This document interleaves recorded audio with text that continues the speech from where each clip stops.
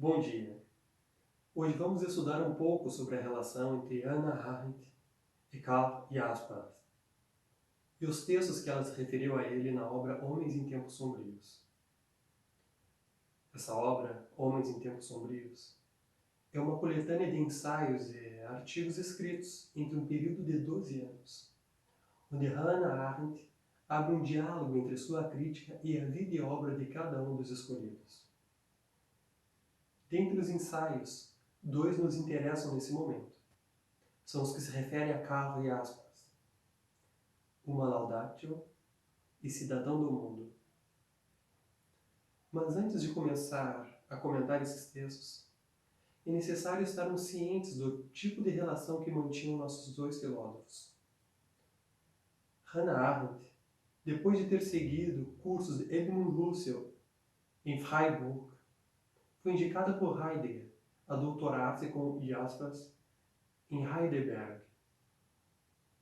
Doutorou-se em 1928 com uma tese sobre Santo Agostinho. No entanto, ali nossa filósofa não encontrou somente um orientador, mas também um amigo, onde pôde, nos tempos dos absurdos nazistas e da frustração com seu amigo, mestre e amante, Martin Heidegger, estabelecer com Jaspers diálogos fecundos que chegam até nós em volumosas correspondências que trocaram de 1926 a 1969.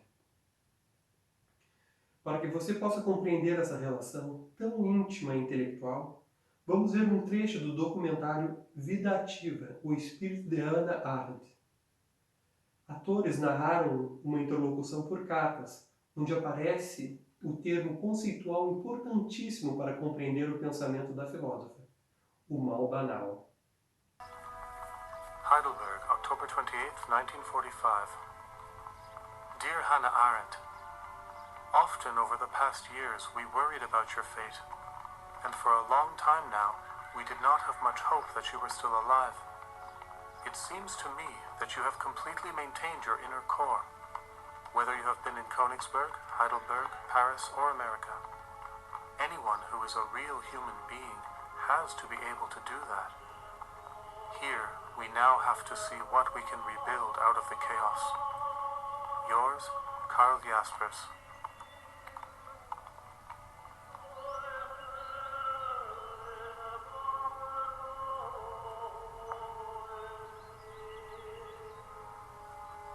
New York, 1945.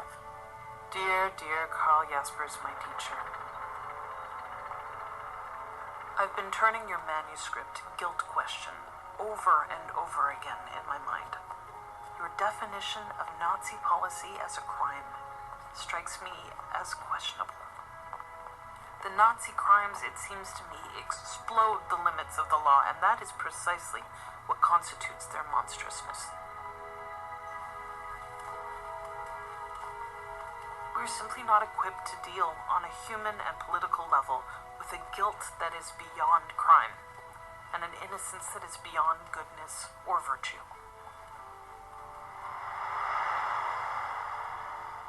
Dear Hannah Arendt, I'm not altogether comfortable with your view, because a guilt that goes beyond all criminal guilt inevitably takes on a streak of greatness, of satanic greatness. This, for me, is as inappropriate for the Nazis as all the talks about the demonic element in Hitler. It seems to me that we have to see these things in their total banality, in their prosaic triviality, because that's what truly characterizes them. Bacteria can cause epidemics that wipe out nations, but it remains merely bacteria.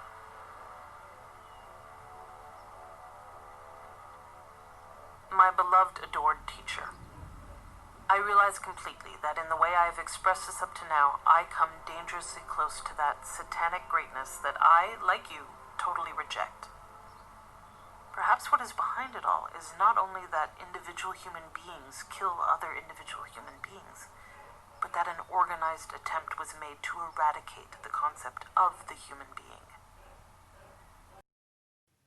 É na presença de Jaspers e de seu jeito de fazer filosofia que Arendt encontra uma forma de compreender o papel da filosofia associando aos homens que habitam o mundo com sua experiência de pensar o mundo.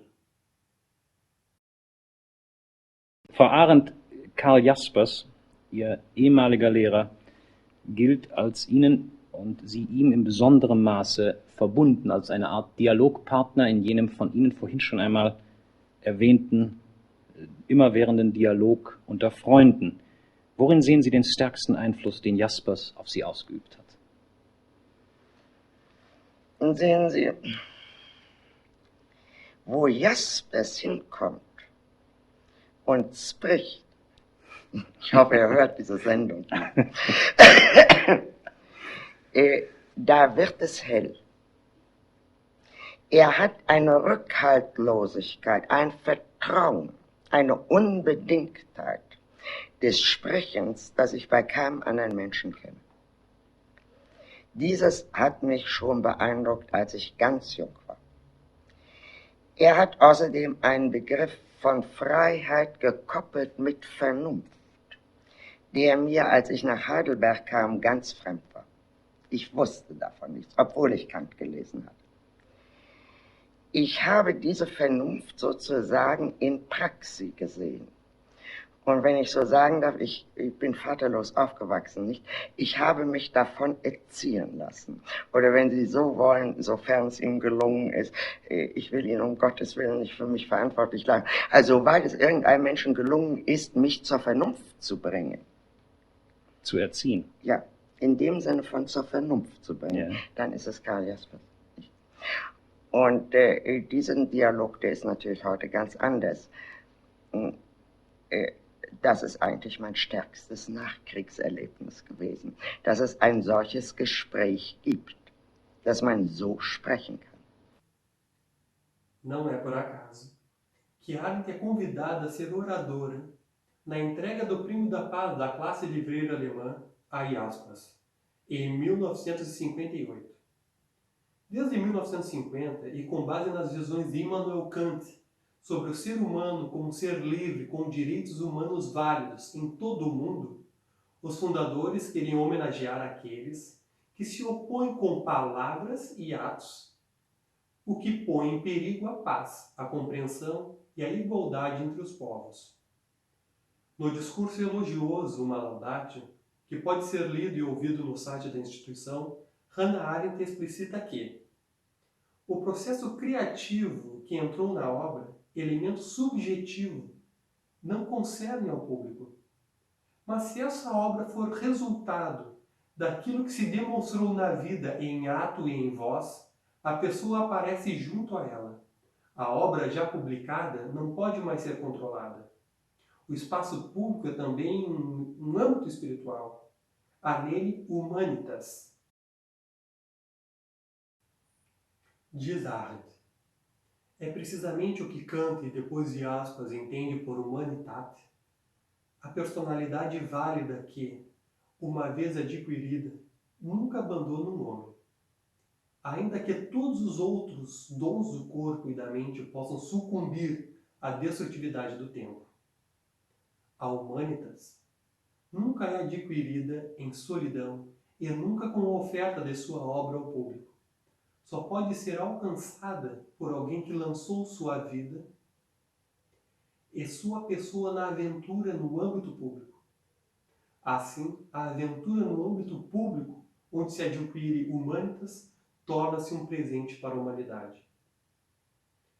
Para Arendt e Jaspers, que é o único sucessor que Kant jamais teve, abandonou a linguagem conceitual e acadêmica para falar ao público.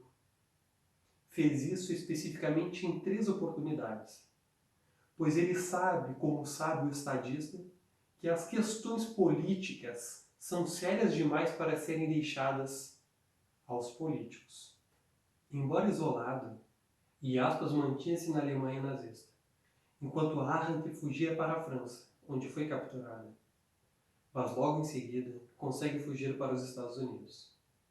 Diz a filósofa, o que Jaspers então representava quando estava totalmente isolado não era a Alemanha, mas o que restava da Humanitas na Alemanha.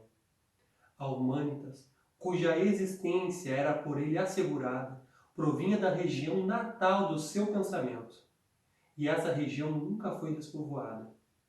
O que distingue Jaspers é que ele se sente mais à vontade nessa região da razão e da liberdade, conhece seu caminho por ela com mais segurança do que outros que podem alcançá-la e conhecê-la.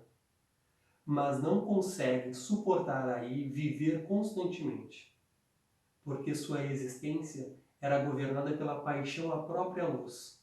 Foi capaz de ser como uma luz na escuridão, irradiando de alguma fonte oculta de humanidade. Nós podemos entender de forma mais profunda toda essa admiração de Arendt e também a importância da questão da comunicação na vida e na filosofia de Jaspers quando lemos o artigo Karl Jaspers, Cidadão do Mundo.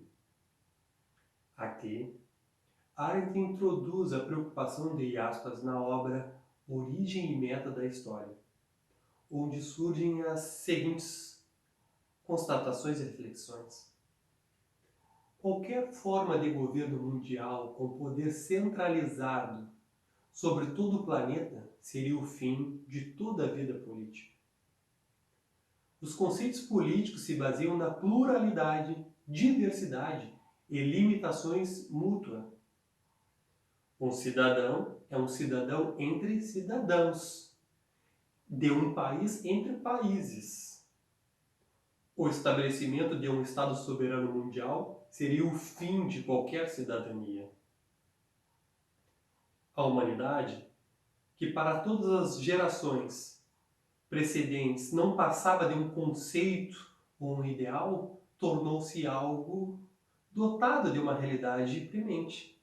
A humanidade deve sua existência quase que exclusivamente ao desenvolvimento técnico do mundo ocidental. Não menos evidente que o fato de que a tecnologia uniu o mundo é outro fato de que a Europa exportou para os 4 cantos da Terra seus processos de desintegração, que no mundo ocidental haviam se iniciado com o declínio das crenças metafísicas e religiosas tradicionalmente aceitas e acompanharam o grandioso desenvolvimento das ciências naturais e a vitória do Estado-nação sobre todas as outras formas de governo.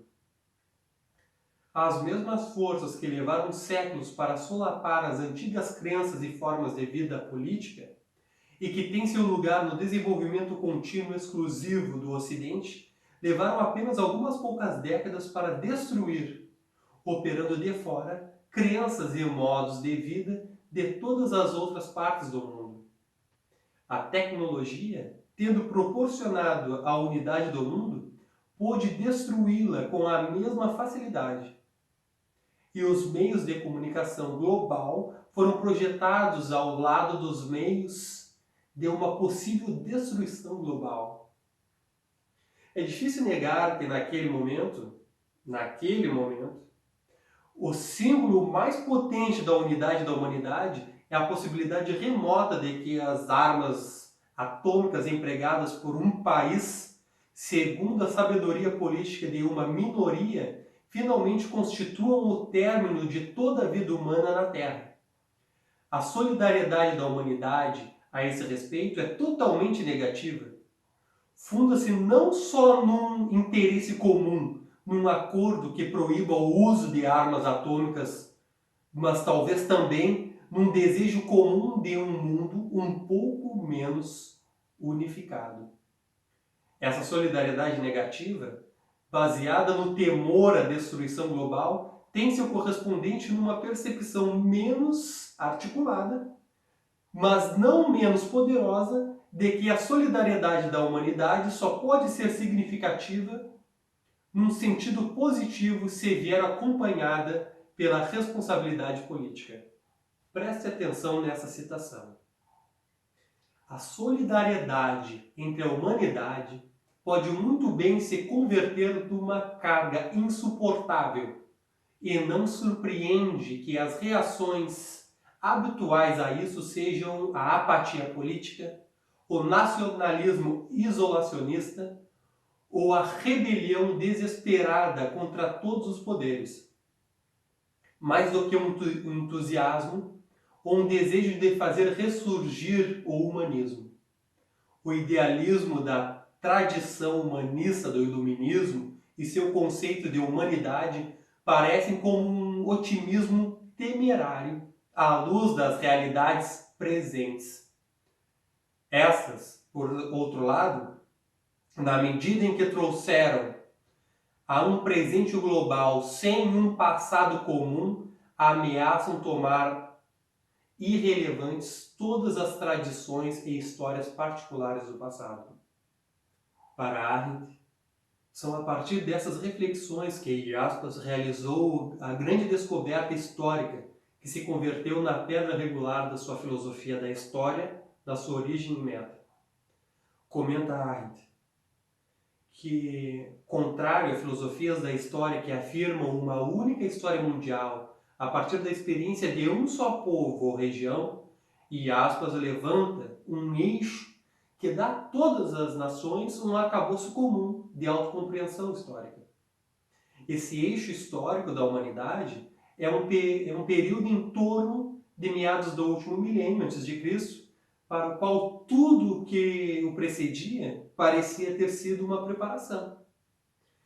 Esse não é um eixo absoluto e único, mas é um eixo da curta história mundial, até agora. Passa por um processo espiritual entre 800 e 200 a.C., Confúcio e Lao Tse na China, os Upanishads e Buda na Índia, Zaratustra na Pérsia, os profetas na Palestina, Homero, os filósofos e os trágicos na Grécia. Os acontecimentos desse período apresentam 3 características comuns. Não tinham nenhuma conexão entre si, constituíram a origem das grandes civilizações históricas mundiais, e as origens, em sua própria diversidade, partilham de algo único.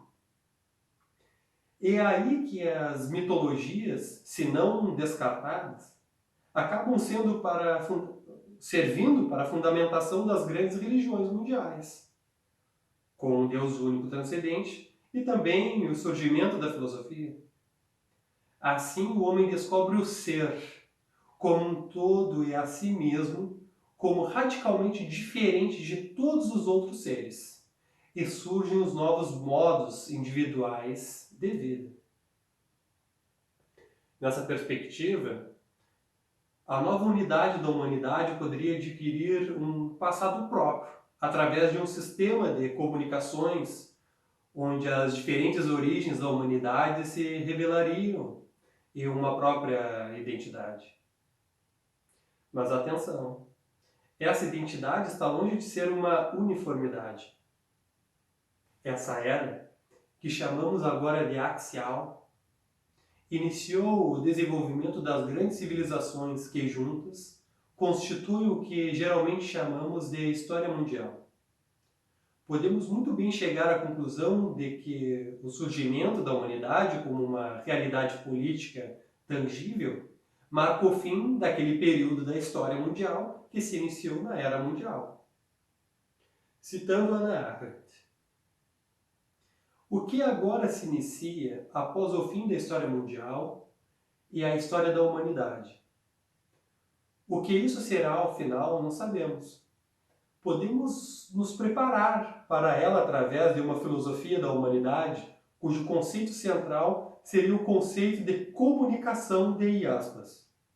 Essa filosofia não abolirá nem sequer criticará os grandes sistemas filosóficos do passado, na Índia, na China e no Ocidente, mas os disparará de suas afirmações metafísicas e dogmáticas, as dissolverá, por assim dizer, em correntes de pensamentos que se encontram e se cruzam entre si, pondo-os em comunicação recíproca, e finalmente reterá apenas o que é universalmente comunicativo.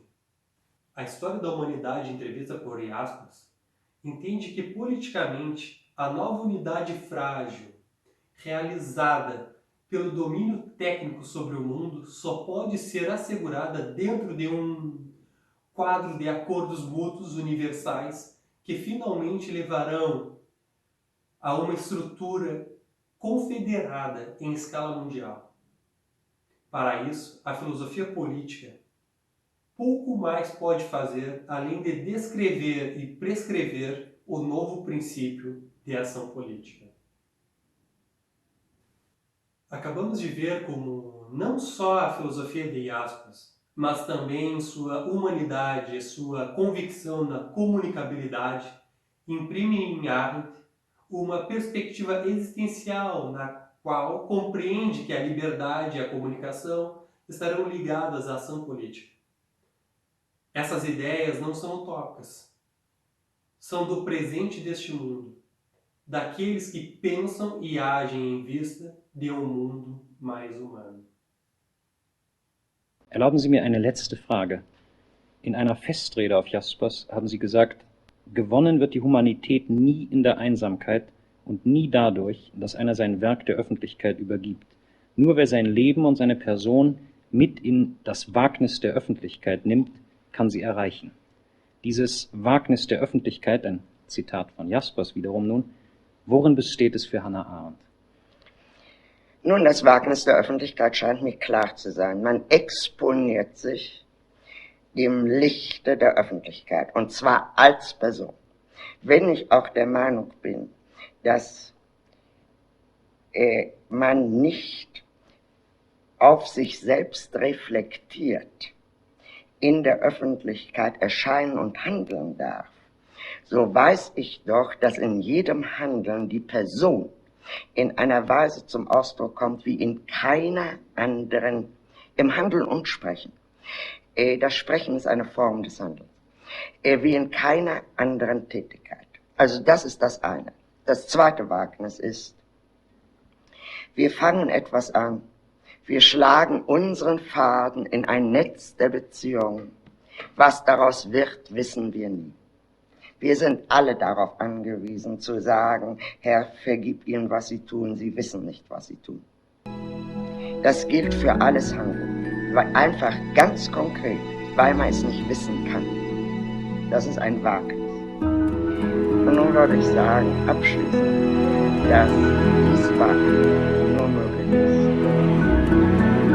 im Vertrauen auf Menschen. Das heißt, da auf irgendein schwer genau zu passen, grundsätzlich Vertrauen in das Menschliche.